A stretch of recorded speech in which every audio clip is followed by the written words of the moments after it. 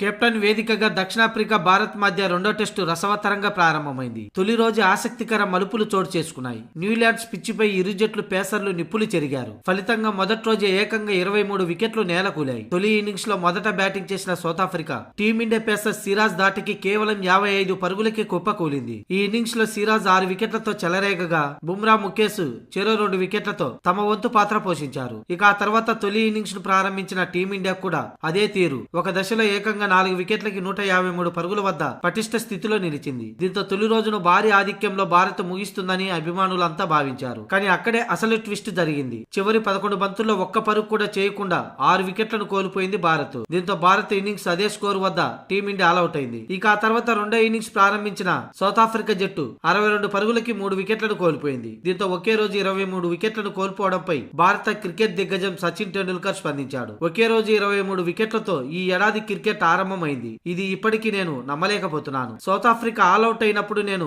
Flight ఎక్కాను. అయితే నేను ఇంటికి వచ్చి టీవీలో చూస్తే దక్షిణాఫ్రికా 3 వికెట్లు కోల్పోయి బ్యాటింగ్ చేస్తుంది. దీంతో నేను ఆశ్చర్యపోయాను. ఈ గ్యాప్ లో నేను ఏం మిస్ అయ్యాను అని సచిన్ తన ఎక్స్ లో ట్వీట్ చేశాడు.